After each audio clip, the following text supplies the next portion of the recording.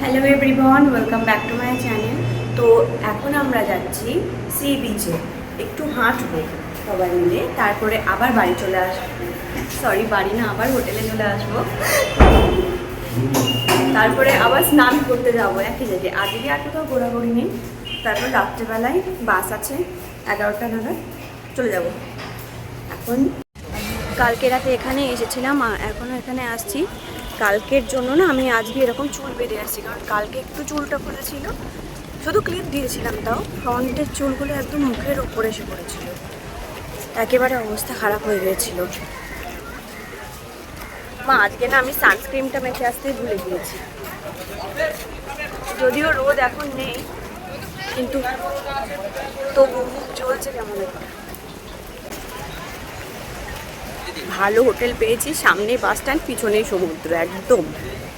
Per night 2000। এখানে horse riding আছে। সমুদ্রের জলটা পুরো নোংরা হয়ে গেছে।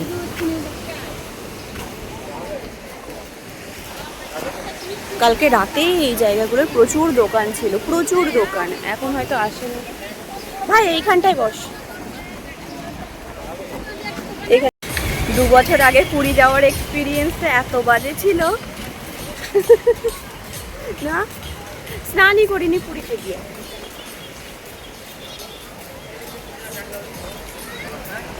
এই কোথায় গেল বাবা? এটা হচ্ছে বিশ্ব বাংলা পার্ক। ওই যে আমার বাবা মা দাঁড়িয়ে আছে ওইখানে। আমার বাবা মা না ফার্স্ট টাইম দীঘাতেই এসেছিল বিয়ের পর, ওটা হানিমুনে এসেছিল। আর এটা সেকেন্ড টাইম। আজ 27 বছর হয়ে গেল, 27 বছর পর আবার এসেছে।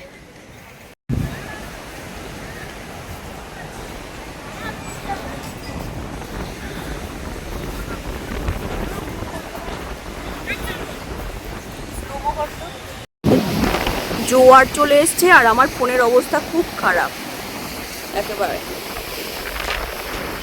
ধারের কাছে কাউকে বসতেই দিচ্ছে না। এখানে না প্রচুর পার্ক আছে, প্রচুর প্রচুর প্রচুর পার্ক একেবারে।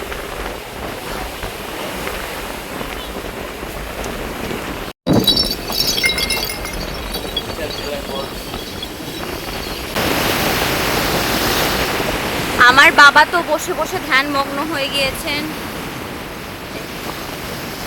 এখানে জ্যোতিষ চর্চা করবে বসে বসে। কিছুক্ষণ সমুদ্রে ঘুরে অবস্থা একেবারে খারাপ হয়ে গিয়েছিলো, চোখ মুখ পুরো কালো হয়ে গিয়েছিল। তো সেই অবস্থাতেই না আমরা এসেছিলাম ব্রেকফাস্ট করতে। বাবার চুলের যা অবস্থা, তো সকালবেলায় বেশি কিছু নয়, লুচি টুচি খেলাম। ব্রেকফাস্টের মেনুটা এদের আলাদা দেখলাম।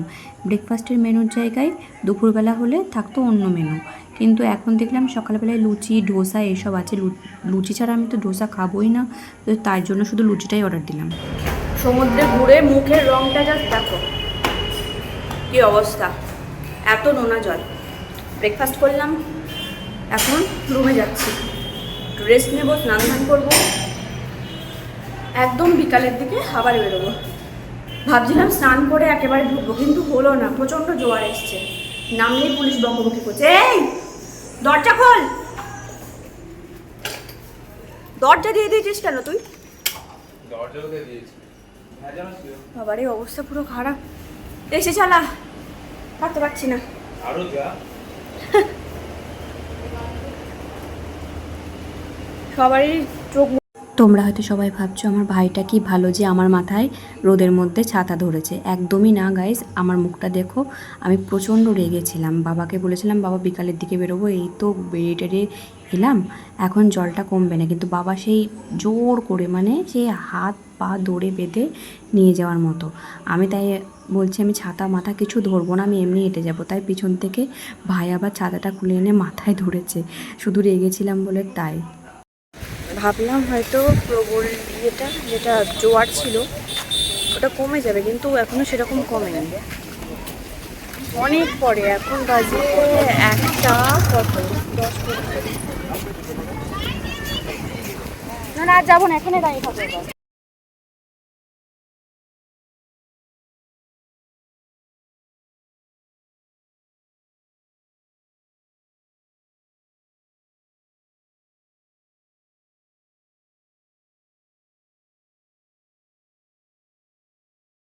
মায়ের আর বাবার খাবারটা চলে এসছে। এই যে মাঝখানে বোতল আসছে বলে, এটা ভেজ থালি। এটা কি কি আছে দেখো, কি কি আছে, কি কি আছে? চাটনি, দই, শুক্তো, এঁচোড়, ডাল, ভাত, স্যালাড, পাঁপড়, আর ওই যে আলু ভাজা, আর একটা আসবে সেটা হচ্ছে বাটার পনির।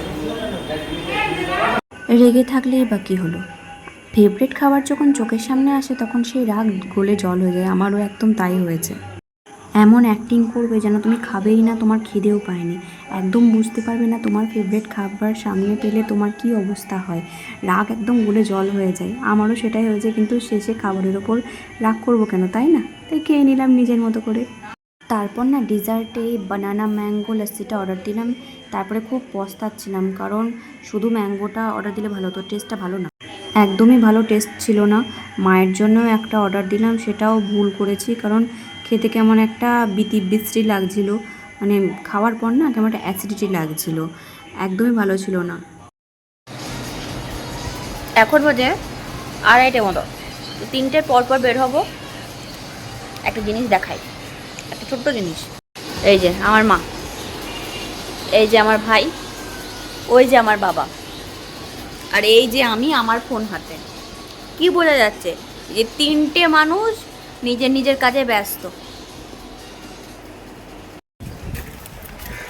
এবার এখন আমরা যাচ্ছি সি বিচে। তখন একবার এসছিলাম, তো তখন দেখলাম জোয়ারটা কাটেনি, তো এখন যাচ্ছি। বাবা চোখ মুখের যা অবস্থা, একেবারে জাস্ট রোদে থেকেছিলাম বলে এরকম হয়ে গিয়েছে, আর নুন জলে আরও। তো এখন যাচ্ছি, একটু গা হাত পা ভেজাবো।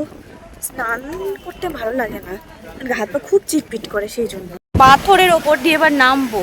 সকালে যখন এসেছিলাম তখন ওই যে দেখতে পাচ্ছ ওটার উপরে চলে এসেছিল, এখন কতটা নিচে নেমে গেছে।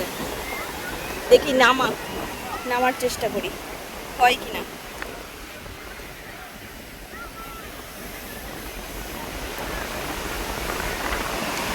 ওমা,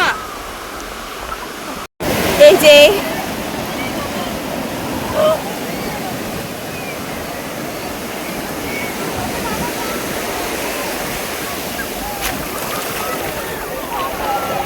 সমুদ্রে নামবো না করে ফাইনালি নেমেই পড়লাম। এই যে আমার ভাইয়ের জন্য, ও সবার আগে গিয়ে সমুদ্রে নেমেছে। তারপর আমাকে তো রীতিমতো টানতে টানতে নিয়ে গেল, আর ভীষণ ভয় লাগছিল, কারণ দাঁড়িয়ে থাকলে কিন্তু যদি জলটা স্থির থাকতো না, হাঁটু অবধিও জলটা না, কিন্তু যখন ঢেউ আসছে তখন যেন ধাক্কা মেরে ফেলে দিচ্ছে, এরকম একটা অবস্থা। তো যেহেতু আমি হাতে ফোন নিয়েছিলাম, মা বলল ফোনটা আমাকে দে, ফোনটা ধরার জন্য, ছাতা ধরার জন্য, চাবিটা ধরার জন্য একজনের দরকার। তাই কখনো আমি নামছি তো মা দাঁড়াচ্ছে, মা নামছে তো আমি দাঁড়াচ্ছি, এইরকমই হচ্ছে।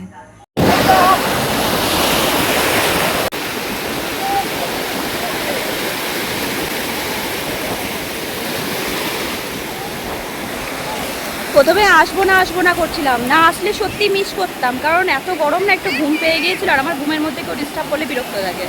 তো প্রথমে আসবো না করছিলাম, চলে এলাম এবং এনজয়ও করলাম সিরিয়াসলি। ভিডিও হচ্ছে, ভিডিও ভিডিও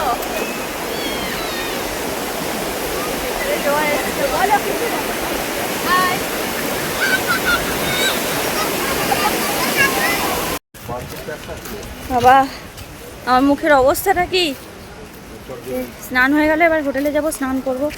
আজকে নিয়ে টোটাল 3বার আমার স্নান করা হবে। একবার সকালে স্নান করেছি, একবার এখন করলাম সমুদ্রে, আর এবার গিয়ে আবার করব। ঠান্ডাটা ভালোভাবে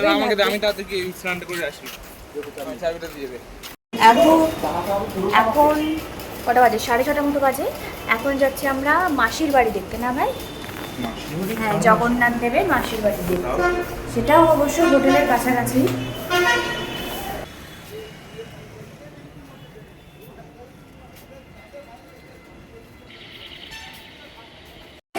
এটা হচ্ছে দীঘার জগন্নাথ দেবের মাসির বাড়ি,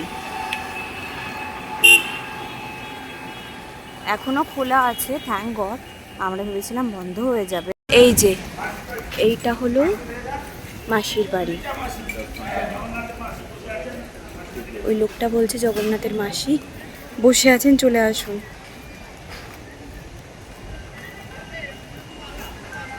এই যে সন্ধেবেলার সমুদ্রের দিকটা, কালকে যখন একবার এসেছিলাম তখন অনেকটা এই অবধি জল চলে এসেছিল, এখানে মানুষ দাঁড়িয়েছে এই অবধি, কিন্তু আজকে অনেক নিচে, কিন্তু বাড়বে, রাত হলেই বাড়ে, সকাল 1টা অবধি বেড়ে থাকে, তারপর ওই 2:30-র পর থেকে জলটা কমে যায়।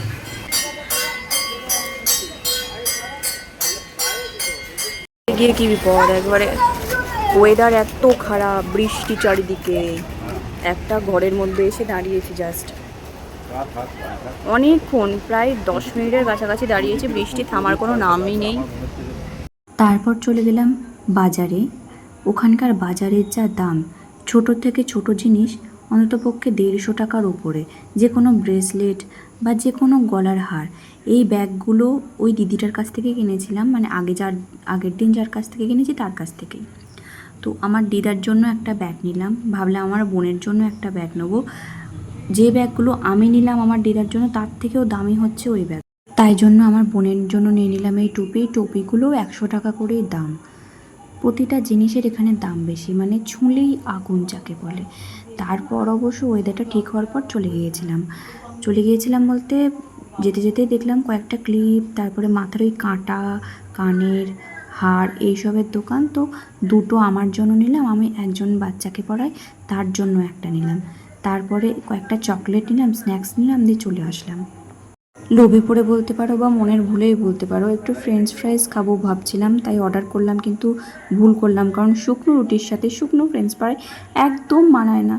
খেয়ে দিয়ে আমি জল দিয়ে অন্ততপক্ষে 3 গ্লাস জল দিয়ে আমি গিলেছি, কারণ খেতেই পারছি না অবভিয়াসলি। তাই জন্য বাবা বাটার পনির অর্ডার দিয়েছিল, তাই বাবার থেকে এই যে সাদা সাদা পনিরগুলো নিয়ে আমরা ভাগাভাগি করে খেলাম। কি ভুল করেছি, অথচ দাম 170 টাকা, এই যে এক প্লেট মাত্র এইটুকু ফ্রেঞ্চ ফ্রাইজের। 11:15 মতো বাজে, ফাইনালি আমরা চেক আউট করে নিয়েছি। এখন আরাধনা নামক একটা বাসকে মানে পেমেন্ট করে দিয়েছি আমরা, এখন বাসটা আসা বাকি, সামনেই দাঁড়ায়, একদম হোটেলের সামনেই দাঁড়ায়। না হলে কাল সকালে যে বাসটা এসেছিলাম সেই বাসটায় যেতে হতো, কিন্তু দেখলাম যে একটা এক্সট্রা দিন করে কি লাভ হবে, তো তাই জন্য ছেলে দুটো আমাদের সাথে এসছে। সো ফাইনালি আমরা বাসে উঠে পড়েছি। কি দেখে মনে হচ্ছে পুরো ট্রেনের কম্পার্টমেন্ট, তাই তো? এটা ট্রেন নয়, এটা বাসই। দেখাই বাইরেটা, এই যে ওই হোটেলটাই আমরা ছিলাম, ওই হোটেলটায়, এই যে ব্যাংকের ওপরে ওই হোটেলটাই আমরা ছিলাম। বুঝলি? উল্টো দেখাচ্ছিস। উল্টো কেন হতে যাবে? আর একটু আগেই গিয়েছিল না, ওই দিকে ছিল, ওই দিকে, সরি ভুল হয়ে গেছে আমার। মা বাবা নিচে শুলো, আমি আর ভাই ওপরে শুচ্ছি। প্রথমে ভাইকে নিচে পাঠিয়েছিল, কারণ ওর প্রচণ্ড ঘুমায়, মায়ের ভয়ও হয়তো পড়ে যাবে, কিন্তু মা অসুস্থ, বাবা অসুস্থ, ওই বললো যে না বাবা তোমরা নিচে শো, আমি আর দিদি ওপরে শোবো। মিস্টার সম্বিত কুমার দে, হাউ ওয়াজ ইউর ট্রিপ? এখন ইন্টারভিউর টাইম নেই, just a little question. Interview দিয়ে দিচ্ছে নেই, ইন্টারভিউ নিজে কাছে রাখে। বল বল বল বল বল। তো সবথেকে বাজে ট্রিপ হয়েছে। ওয়াই? তোর প্রতিটা জিনিস আমি পে করেছি আমার অনলাইন পেমেন্ট দিয়ে, তোর কি করে বাজে হলো? তুই ঘুমাচ্ছিস, খাচ্ছিস, ঘুরছিস, সারাক্ষণ এই ক্যামেরাম্যান ম্যান হয়ে এদিক ওদিক তোর পেছনে পেছনে ঘুরতে হয়। আমি তোকে কতটুকুই বা কাজ করি, আর তোর যে খাবার দাবারের পেমেন্টগুলো আমি দিচ্ছি, তার বেলা একদিন দিচ্ছি, সরকার তো প্রতিবার কোনো জায়গায় গেলে তোর এই পেমেন্টগুলো করতে হয় আমার। হ্যালো, গুড মর্নিং সবাইকে। এখন বাজে 6:46 মতো, অনেকক্ষণই আগে উঠেছি। আর এখানে একটা পেট্রোল পাম্পে গাড়ি দাঁড় করিয়েছিল, একটু ফ্রেশ হয়ে নিলাম সবাই। আমার ভাই এখন গেম খেলতে ব্যস্ত। এটাও তো রেকর্ড করতে হবে। হ্যাঁ, একটু বাইরেটা দেখাই, পর্দাটা এমনভাবে দেওয়া আছে, হাওড়ার মধ্যে আমরা ঢুকে গিয়েছি। আর বাপরে, পৌঁছাতে 9টা, 9:30 বেজে যাবে। ফাইনালি বাড়ি পৌঁছে গেছি এখন। বাবারে বাবারে কি অবস্থা রে চোখ মুখের দুদিকে দিয়ে উড়িস শালা কি সারপ্রাইজ হ্যাঁ কবে এসছিস আজকে ওই যে দেখতে দেখতে সারপ্রাইজ একটু দরজাটা খুললে ভালো হয়। উফ বাপরে বাপ ফাইনালি ট্রিপ একেবারে কমপ্লিট। বাড়ি গিয়ে আর এনার্জি ছিল না আমাদের, একেবারে শেষ এনার্জি। বাড়িতে বাজার ছিল না, সমস্ত কাচাকুচি ছিল। আর ডেফিনেটলি আমার মা বাইরের জিনিস ঘরে তুলবে না। তো ভিডিওটা এই পর্যন্ত থাকলো। ভালো লাগলে like comment share and subscribe to my channel এবং দেখা হচ্ছে নতুন একটা ভিডিওটি নিয়ে। টাটা।